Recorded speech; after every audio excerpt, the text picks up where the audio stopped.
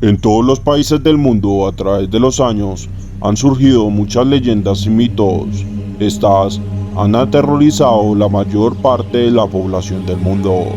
Colombia no es la excepción, pues gracias a sus destinos diversos que pueden complacer a cualquier tipo de viajero o incluso a las personas que llegan atraídas por lo paranormal y lo misterioso, se encuentran con cosas muy perturbadoras y maquiavélicas. Es por esto que en esta noche desolada y maldita quiero compartir contigo 4 destinos paranormales y misteriosos de Colombia. Esto es Brian Mystery.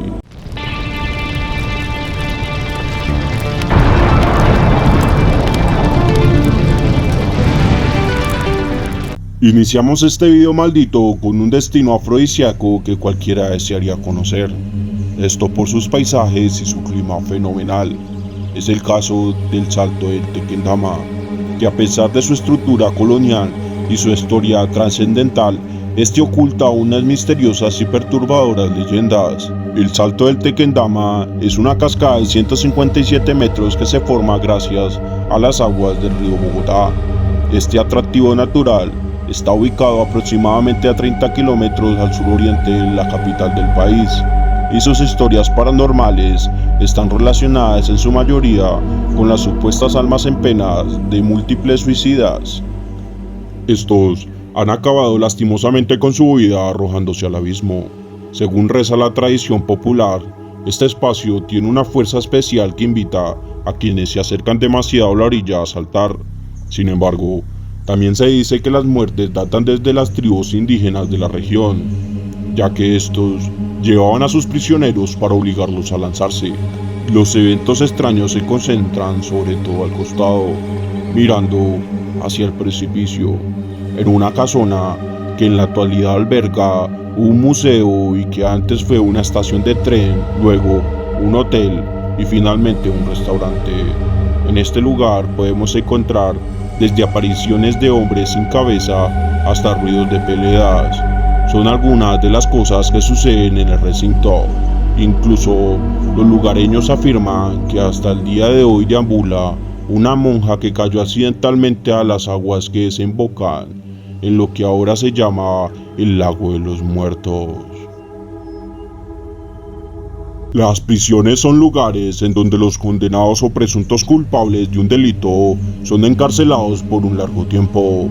Debido a esto, muchas de las cárceles no dan abasto para la cantidad de personas que ingresan a este lugar, lo que las obliga a agrandar el terreno o incluso a comprar otro terreno, dejando abandonado el antiguo recinto. Es el caso de la prisión abandonada de la isla de Gorgona. Esta se encuentra a 35 kilómetros de la costa pacífica, esto en el departamento del Cauca. Sus ruinas se han convertido en parte de un parque nacional natural que atrae a cientos de turistas anualmente y que busca preservar la abundante fauna y flora. Esta institución de máxima seguridad funcionó desde 1960 hasta 1984, albergando a los criminales más peligrosos en las instalaciones con celdas de castigo, letrinas y pequeños camarotes de madera. Según cuenta la historia, los prisioneros debían sobrevivir a los animales, esto porque habitaban serpientes venenosas y sufrían además de enfermedades tropicales.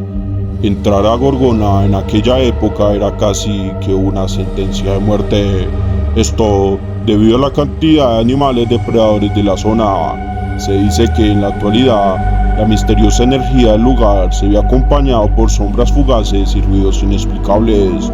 Incluso algunos visitantes aseguran haber experimentado la sensación de que alguien intenta retenerlos. Los cementerios son lugares en donde se depositan los restos mortales o cadáveres de personas que en su momento pisaron la tierra. Es por esto que muchos de estos recintos son de fuerte avistamientos de actividad paranormal. Es el caso del cementerio central que está ubicado en Bogotá, siendo este el más antiguo de la capital de Colombia. En este se encuentran los restos de importantes personalidades del país, como expresidentes, artistas y empresarios. Alrededor del recinto se tejen muchas historias. Una de las más populares tiene que ver con apariciones de un hombre, al parecer un monje que custodia el lugar, y una niña de 15 años. Ambos se presentan con túnicas blancas. Adicionalmente, quienes trabajan en el cementerio aseguran que hasta ahí llegan grupos de personas para hacer invocaciones, ya que este es un punto de encuentro para las brujas, el vudú y la magia negra, que son temas de todos los días. Todo esto se realiza sobre todo en un espacio conocido como el Caracol, una escalera que lleva a un sótano con múltiples pasillos llenos de tumbas. La noche del 13 de noviembre de 1985, una gran avalancha proveniente del Nevado del Ruiz enterró a Armero, un próspero pueblo del Tolima, y con él a más de 23.000 de sus habitantes, a quienes alcanzó desprevenidos y muchos de los cuales nunca fueron encontrados.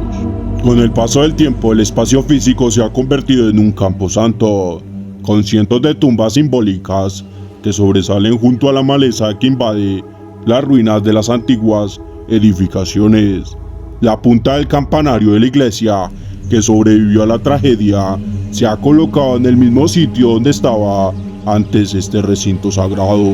Hasta este lugar llegan turistas a ofrecer algunas plegarias por las víctimas de la tragedia, y otros atraídos por las historias y eventos paranormales que aseguran, entre otras cosas, que en las noches es posible escuchar lamentos, especialmente en lo que queda del primer piso del hospital. Se dice que antes de la tragedia, un padre llamado Ramírez fue asignado a la parroquia de Armero a mediados de la década de 1940.